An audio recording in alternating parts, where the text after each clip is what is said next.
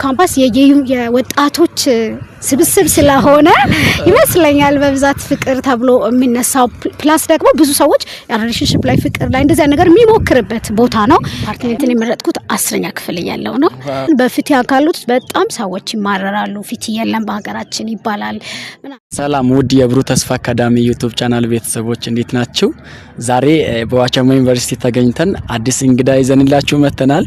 ፕሮግራሙ አዘጋጅና አቅራቢ እኔ ሳሙኤል አበራ እባላለሁ። ለዚህ ዩቲዩብ ቻናል አዲስ ከሆናችሁ ፕሊዝ ሰብስክራይብ ማድረጋችሁን እንዳረሱ። መሲ እንኳን ደህና መጣሽ። አመሰግናለሁ። እንኳን ደህና ቆየ። እናመሰግናለን። ራስሽን ለተመልካቾች ብታስተዋውቂ። እሺ እኔ መሰረት አድማሱ እባላለሁኝ። ዋቸሞ ዩኒቨርሲቲ 4ኛ ዓመት የህግ ተማሪ ነኝ። ዋው እናመሰግናለን። ራስሽን ለዚህ ዩቲዩብ ቻናል ኢንተርቪው እንድናደርግ ስለመጣሽ እጅግ አድርገን እናመሰግናለን። በእኔና በተመልካቾቼ ስም ከመሸጋገሪያ በኋላ ተመልሰን እንመጣለን። የትም እንዳትሄዱ።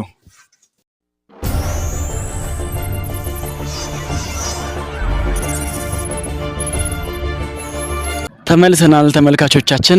መስዬ አንድ ጥያቄ ለመጀመሪያ ጊዜ ሁሉም ተማሪ ግቢ ሲገባ የሆነ ዲፓርትመንት ስመርጥ የራስዎን ዓላማ አለውና አንቺ ደግሞ ምን አስበሽ ነው ህግ ትምህርትን የመረጥሽው? ኦኬ እኔ እንኳን ህግ ዲፓርትመንትን የመረጥኩት 10ኛ ክፍል እያለሁ ነው። ያው ብዙ ጊዜ ፍሬሽማን በተለይ ደግሞ ሲኦሲ የመጀመሪያ ሴሚስተር ሲያልቅ ተማሪዎች በጣም የሚጨነቁበት ጉዳይ ነው እንዳልከውምና እኔ ግን 10ኛ ክፍል እያለሁ ነበረ ህግ እንደሚገባ ኦሬዲ ህግ ለመግባት ራሱ ሻል የገባሁትኝ። ከዛ በፊት ናቹራል እንደሚገባ ነው ማቀው፣ ዶክተር እንደመሆን ነው ማስበው ምናምንና ያው ፋሚሊም ጓደኞቼ መምህራኖችም እንደዛ ነበረ የሚጠብቁት። ድሮ ምን አይነት አስተሳሰብ አለ ላይክ የጎበዝ ተማሪ ከሆንክ የደረጃ ተማሪ ከሆንክ በቃ ዶክተር ትሆናለህ ወይም ደግሞ ናቹራል ነው የሚገባው ተብሎ ይታሰባል። አላቅም ሜቢ እኛ አካባቢ ብቻ ሊሆን ይችላል እና እኔም ራሴን አስቤ የነበረው እንደዛ ነበር። 10ኛ ክፍል ግን ምን ሆነ ሰዎች ኢትዮጵያ ውስጥ በጣም ከሚማረሩባቸው የስራ መስኮች አንዱ የፍትህ ጉዳይ ነው። በርግጥ ሰው ምናልባት የሚፈልገውን ውጤት ስላላገኘም ሊሆን ይችላልና ግን በፍትህ አካሉት በጣም ሰዎች ይማረራሉ። ፍትህ የለም በሀገራችን ይባላል ምናምንና በጣም ሲማረሩ ስለሰማው ይሄን ዲፓርትመንት ለምን አልገባም? በርግጥ ሁሉንም ችግር ልፈታል አልችል ይሆናል ግን እኔ ጋር የሚመጡ ሰዎችን በስርዓቱ ማስተናገድ እችላለሁ፣ በእውነት መፍረድ እችላለሁ ብዬ አሰብኩና የመጀመሪያ ህግ እንድመርጥ ወይም ደግሞ ሶሻል እንዲገባ ያደረገኝ ምክንያት እሱ ነው። ሁለተኛው ነገር ምክንያት ደግሞ የነበረው ምንድነው ብዬ አሰብኩኝ። እኔ ልወጣው የሚችለው ከባህሪ ጋር ሊሄድ የሚችል ነገር ምንድነው ብዬ አሰብኩና ምወጣው ስለመሰለኝ እችላለሁ ብዬ ስላሰብኩኝ ገባሁኝ።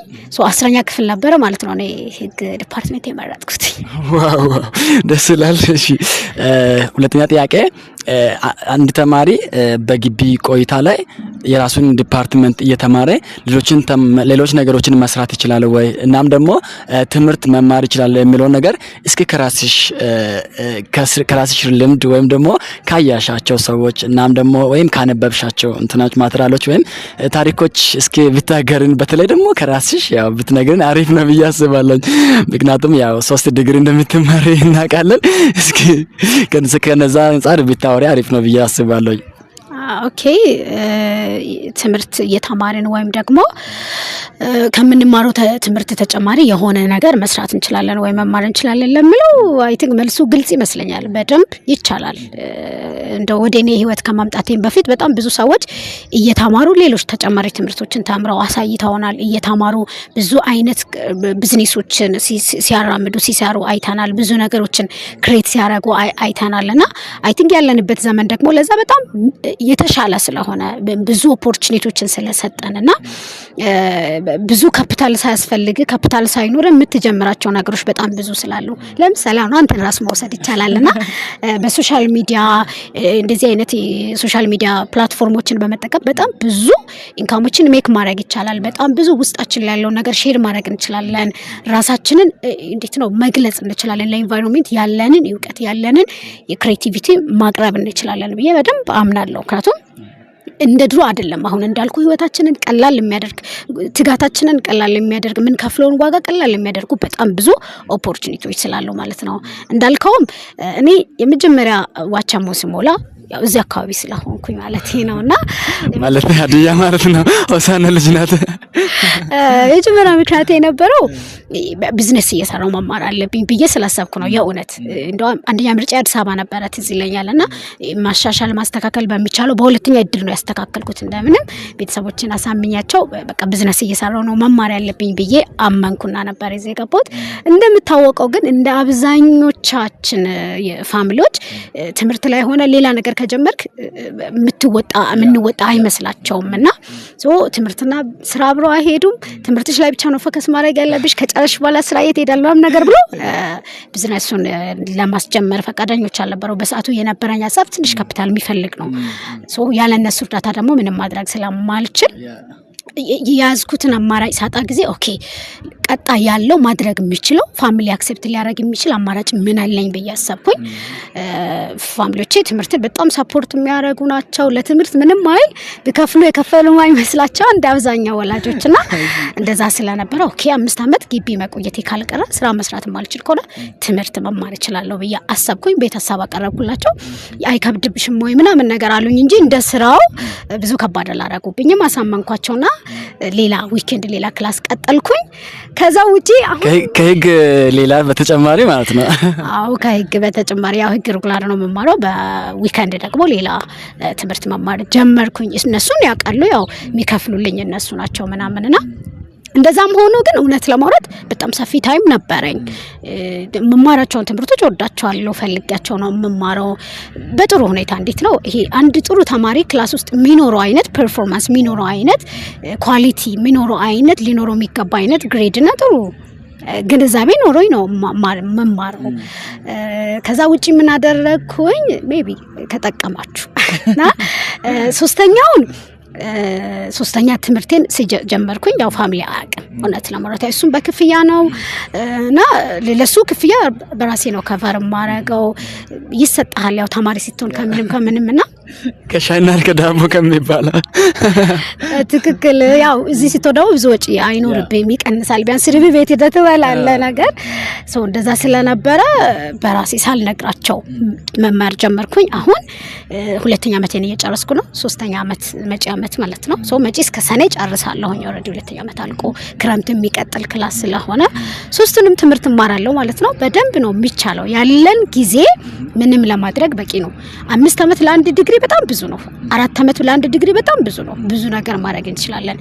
5 ወር ለአንድ ሴምስተር ከበቂ በላይ ነው። 24 ሰዓት በቀን ውስጥ ማድረግ ለሚገባን ነገር በጣም ከበቂ በላይ ነው። ምን ቀነሰልሽ ብትለኝ ዝም ብዬ ማጥፋውን ሰዓቴን ነው የቀነሰልኝ። ዝም ብዬ የሚባክኑ ሰዓቶችን ነው የቀነሱልኝ እንጂ እንቅልፍ በጣም በስነ ስርዓት ነው የምተኛው። ህብረት በጣም ነው ማረጋው። እንዴት ነው ከሶሻል ላይፍ ጎድያ አይደለም። ከዶርሚሞቶች ጋር ማውራበት ምዝናናበት ታይም አለኝና አይ ቲንክ የሚባክነውን ሰዓቴን ነበረ የቀነሰልኝ ብዬ አስባለሁ። እንችላለን። ያለንን ኦፖርቹኒቲ ከተጠቀምን ውስጣችን ላይ ያለውን ነገር ካወቅን በደንብ እንችላለን ብዬ አስባለሁ፣ አምናለሁ። ተመልካቾቻችን እንግዳ ሲዋት 3 ዲግሪ ነው የምትማረው በሬጉላር ያው ግቢ ውስጥ ሬጉላር ህግ ትማራለች። ያው ቅዳሜና ይሁድ ደግሞ ማኔጅመንት ትማራለች። አይ ቲንክ ዲስታንስ ነው መሰለኝ። ዲስታንስ ምንድነው የምትማሪው? ክርስቲያን ሳይኮሎጂ እንደ ካውንስሊንግ የሚባል። ዋው በደንብ አማክሯት እስኪ ወሰና ያላችሁ ህዝቦች እና ደስ ይላል። በመቀጠል ሌላኛው ፍቅርን ማለት ግቢ ውስጥ አሁን ግቢ ውስጥ ያለው ሰው እድሜው ከ18 በላይ ነው ተብሎ ይታሰባልና በዛ እድሜ ክልል ውስጥ ያሉ ሰዎች ደግሞ ይሄ ፍቅር የሚባለው ፊሊንግ ያው መሰማታቸው ግዴታ ነው ብዬ አምናለሁኝና እና ፍቅርንና ግቢን እንዴት ትገልጫለሽ? ማለት ግቢ ውስጥ ፍቅር ከተጀመረ ቀጣይነት ይኖራል ብለሽ ታስቢያለሽ? እሺ እንግዲህ አመለካከቴ ነው። ሰዎች ብዙ የሚያምኑት ብዙ የሚያቀርቡት ሪዝን ይኖራቸዋልና ግን እንዳልከው በጣም በብዙ ጊዜ ካምፓስ ተብሎ ቀጥሎ የሚነሳው ነገር ኢሹ ቢኖር በቃ ፍቅር እንደዛ ሪሌሽንሺፕ ውስጥ ፍቅር ሰዎች እንደሚገቡ ነው የምታስበው። እኔ መጀመሪያ እንዲሰመር የሚፈልገው ሰዎች ሊያውቁ የሚገባው ነገር ብዬ ማስበው ካምፓስ የመጣንበት ምክንያት ትምህርት ነው። ካምፓስ ተብሎ መነሳት ያለበት ትምህርት ነው። አለቀ። የምናደርጋቸው እያንዳንዳቸው ነገሮች ከዚህ ዓላማ አንፃር ከመጣንበት ከዚህ ነገር አንፃር ነው መታየት ያለባቸው ብዬ አስባለሁ። የምንጀምራቸውም የምናደርጋቸው ውሎቻችን፣ ምርጫዎቻችን፣ ውሳኔዎቻችን እያንዳንዱ ነገር ይህንን የመጣንበትን ዓላማ ሰፖርት የሚያደርጉ ከግብ እንድናደርስ የሚያደርጉ መሆን አለባቸው። ያንን እንኳን ሰፖርት ማድረግ የማይችሉ ከሆነ አትሊስት ማደናቅፉ መሆን አለባቸው ብዬ አስባለሁኝና እንዳልኩ በጣም ያው ዩኒቨርሲቲ ወይም ደግሞ ካምፓስ የወጣቶች ስብስብ ስለሆነ ይመስለኛል በብዛት ፍቅር ተብሎ የሚነሳው። ፕላስ ደግሞ ብዙ ሰዎች ሪሌሽንሺፕ ላይ ፍቅር ላይ እንደዛ ነገር የሚሞክርበት ቦታ ነው። ምክንያቱም ብዙ ሊሆን ይችላል። አንደኛ እንዳልኩ እዚህ ያለው ወጣት ብቻ ነው፣ ተመሳሳይ ኤጅ ላይ ያለው ነው። ስታይ የሚያምር ብዙ አይነት ሰዎች አሉ። ያ ነገር አለ። ፕላስ ደግሞ ከቤተሰብ ቁጥጥር መውጣታችን ይመስለኛል። አንዳንዴ ቤት ውስጥ ሰፈር ላይ ሪሌሽንሺፕ መጀመር የምትፈራ ሴት ግቢ ማትፈራበት ምክንያት ሰፊ ኦፖርቹኒቲ አለ ማለት ነው። ሰፊ ኦፖርቹኒቲ አለ። ፕላስ ደግሞ የሚቆጣጠር ሰው ብዙ አይኖርም። አንተ ራስህን ማኔጅ የምታደርገው ከዛ አንፃር ይመስለኛል። ግን ምን ታስቢያለሽ ግቢና ፍቅር ካልከኝ እንዳልኩ ነው። ግቢ የመጣንበት ዓላማ ትምህርት ነው። ከዛ አንፃር ነው ልንሰራ የሚገባው ብዬ አስባለሁ። ፍቅር ባይጀመር ብዬ አስባለሁ።